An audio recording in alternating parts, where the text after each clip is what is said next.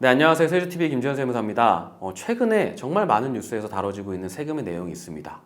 바로 상속세 개편에 대한 이야기예요. 상속세 개편에 대한 이야기가 왜 나오게 됐는지에 대한 부분부터 먼저 좀 설명을 드리면, 실제로 우리나라가 가지고 있는 상속세 세율이나 공제에 대한 부분이 다른 OECD 국가보다 많이 높은 건 사실이에요. 거기에 따르다 보니까 실제로 세대가 거듭될수록 자산의 격차가 너무 많이 커져 나가고 있습니다.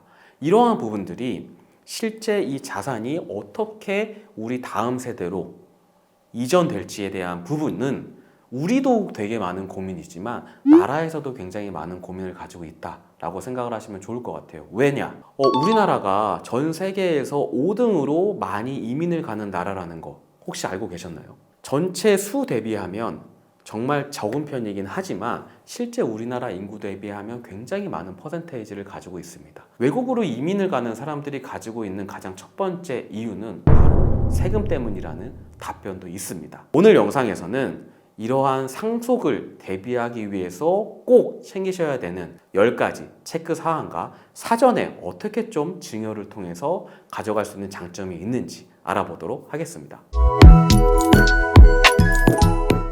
상속세라고 하면은 가장 첫 번째 많이 질문 주시는 건 이건 것 같아요. 증여랑 상속이 뭐가 다르냐? 증여는 부모님이 살아계실 때 재산을 주는 거고요. 상속은 부모님이 돌아가시고 나서 재산을 받는 부분입니다. 굉장히 다르죠. 제가 농담으로 간혹 그런 말씀 드려요. 부모님한테 명절 때 가가지고 아버지 상속해 주셔야죠. 진짜 큰일 나는 거야. 아버지 빨리 돌아가시라고 말하는 것밖에 안 돼요. 용어를 올바르게 우리가 써야 아버님 사전에 증여를 하시면 우리 가문이 이렇게 재산을 지킬 수도 있고 합니다. 이렇게 말씀을 드려도 막상 상속세라는 부분이 우리한테 크게 와닿지 않는 부분이 있어요. 왜 그런지 아세요? 우리나라에서 1년에 상속세를 내는 사람이 몇 명 정도 될 것 같으세요? 대략 15,000명 정도밖에 안 돼요. 그러다 보니까 이게 정말 나한테 올 수 있는 일인가? 그냥 일반적인 저 같은 국민을 기준으로 상속세를 몇 번 경험할 것 같으세요? 2번이지 않을까요? 어머니 아버지? 여러분이 계시는 경우도 있겠지만 일반적으로 2번일 거란 말이에요. 그러다 보니까 나한테 크게 여러 번이 발생하지도 않아. 과연 나도 상속세를 내야 되나에 대한 고민 때문에 상속세 개편에 대해서 관심이 그렇게 많진 않으신 것 같아요. 여기서 주의하셔야 되는 게, 실제 부모님이 2분 다 살아계실 때 한 분이 돌아가시면 10억까지는 세금이 없어요. 반면에 남은 한 분이 재차 상속으로 마저 돌아가신다 라고 하면 5억까지는 세금이 없어요. 5억 이상부터는 세금이 발생합니다. 물론 지금 현재 날짜 기준으로 상속세 개편안이 여러 가지가 나와 있죠. 자녀에 대한 상속 공제를 5억으로 늘려준다든지 여러 가지 이러한 개편안들은 나와 있지만 아직 확정된 부분이 없기 때문에 기존의 안으로 제가 한번 설명을 드려볼게요. 상속세 발생할 수 있다라는 사실은 우리가 다 깔고 가는 거예요. 왜? 서울의 아파트 중위 가격이 다 10억을 넘었어요. 10억이 넘었다는 건 뭐냐? 내가 만약에 우리 부모님이 2분 다 돌아가시고 아파트를 물려받게 되면 상속세를 내야 되는 상황이라는 거예요. 이러한 상황에서 실제 돌아가시기 전에 우리가 할 수 있는 상속세 절세 방안은 뭐가 있을까요?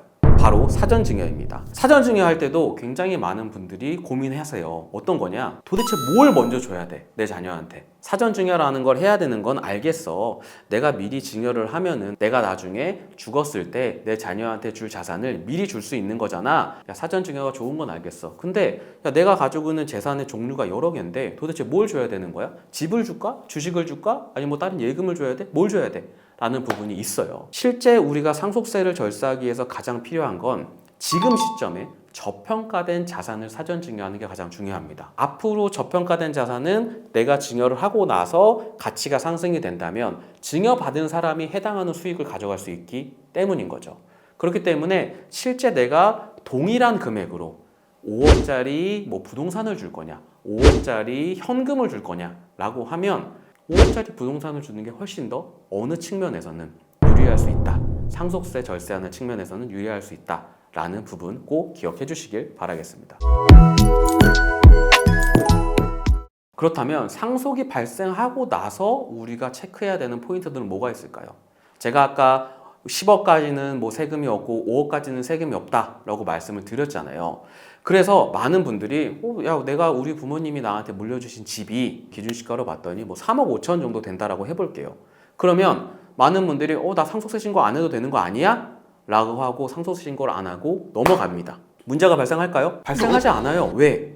아니 내가 올바르게 신고를 했어도 세금을 안 내는 거잖아요. 내가 만약에 세금을 내야 될 부분이 있는데 신고를 안 했다면 해당하는 부분에 대해서 신고 불성실이나 납부불에 대한 가산세가 붙겠지만 내가 실제로 신고를 적법하게 했어도 세금을 납부하지 않는다라고 하면 내가 신고를 안 하더라도 발생할 수 있는 가산세가 없죠. 다만 여기서 가장 주의하셔야 되는 포인트가 있어요. 부동산을 만약에 내가 3억 5천짜리를 물려받아요. 그러면 이 3억 5천짜리가 내가 언젠가는 팔겠죠. 그럼 나한테 취득가액은 내가 실제로 나라에서 평가한 그 3억 5천의 취득가액으로 나는 나중에 양도세를 계산을 하게 돼요. 예를 들면 기준시가로 3억 5천이에요. 근데 시세로는 뭐 5억이야. 근데 감정평가를 했더니 뭐 4억 정도 돼요.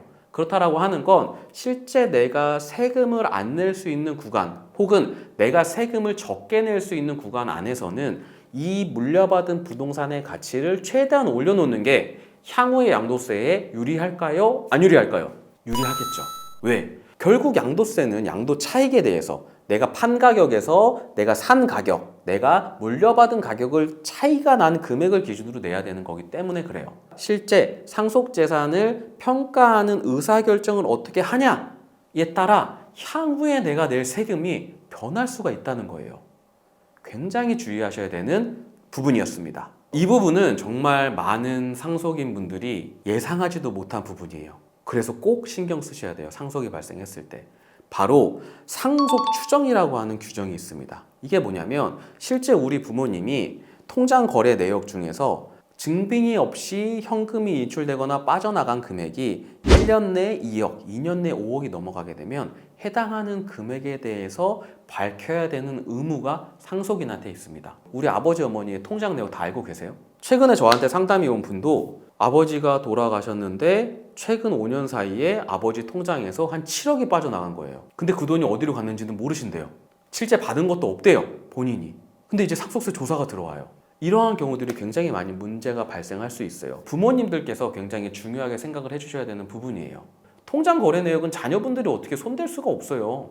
돌아가시고 나서 부모님의 통장 내역을 자녀분들이 다 봐요. 그래서 통장 거래 관리를 굉장히 중요하게 생각을 하셔야 됩니다. 실제로 내가 돈이 고액의 금액이 주기적으로 출금이 된다면 해당하는 부분이 어떻게 출금이 됐는지, 내가 누구한테 돈 빌려준 거 있단 말이에요. 그런 거 잘 메모해 두셔야 돼요.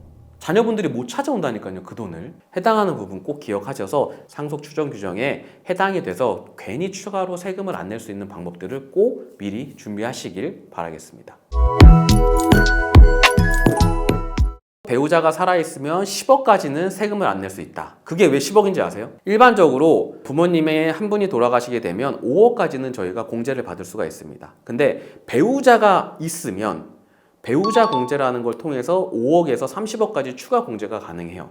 배우자 공제는 왜 해주는 것 같으세요? 내가 만약에 먼저 죽었어요. 그런데 내가 자산을 형성함에 있어서 내 배우자의 노력이 있을까요, 없을까요? 제 기준으로 보면은 제가 일하면서 와이프도 일하니까 어느 정도 형성의 기준은 있겠죠. 혹 가정주부시라고 하면 바깥분이 일을 하실 때 가정에서 가정을 돌보시는 분이 가정을 올바르게 돌봤으니 이 자산을 형성할 수 있다라는 기여분을 인정을 해준다는 거예요. 그래서 실제로 배우자 공제를 활용을 하시게 되면 내가 납부해야 되는 세금을 줄일 수가 있어요. 자, 여기서 주의하셔야 되는 거. 배우자가 실제로 상속받는 분이 없는 거예요. 아버지가 먼저 돌아가셨는데 어머니가 상속을 안 받고 우리 두 남매만 상속을 받을 거예요. 그럴 경우에 배우자 공제가 될까요, 안 될까요? 5억까지는 무조건 가능해요. 배우자가 있다라는 사실만으로 추가 5억 공제는 무조건 가능한 겁니다. 다만 여기서 주의하셔야 되는 거. 5억 이상 공제를 받기 위해서는 실제 배우자가 법정 지분 이상의 상속 지분을 가져가야 돼요. 이걸 좀 많이 헷갈려 하시더라고요. 그래서 이 부분은 꼭 기억을 하셔서 향후에 배우자분에 대한 상속 공제를 늘리시고, 그 다음에 제가 이제 추후에 말씀드리겠지만 상속세는 상속인들끼리 연대납세 의무가 있어요.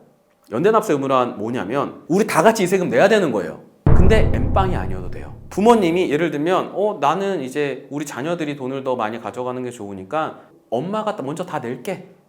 그래도 상관이 없다는 거예요. 그게 바로 연대납세 의무입니다. 3명 중에 1명이 다 내도 상관이 없다라는 거예요. 그럼 추가로 세금 문제가 발생하지 않기 때문에 상속이 발생했을 때는 배우자 공제를 적극 활용하셔서 상속세를 줄이는 게 굉장히 중요한 포인트예요.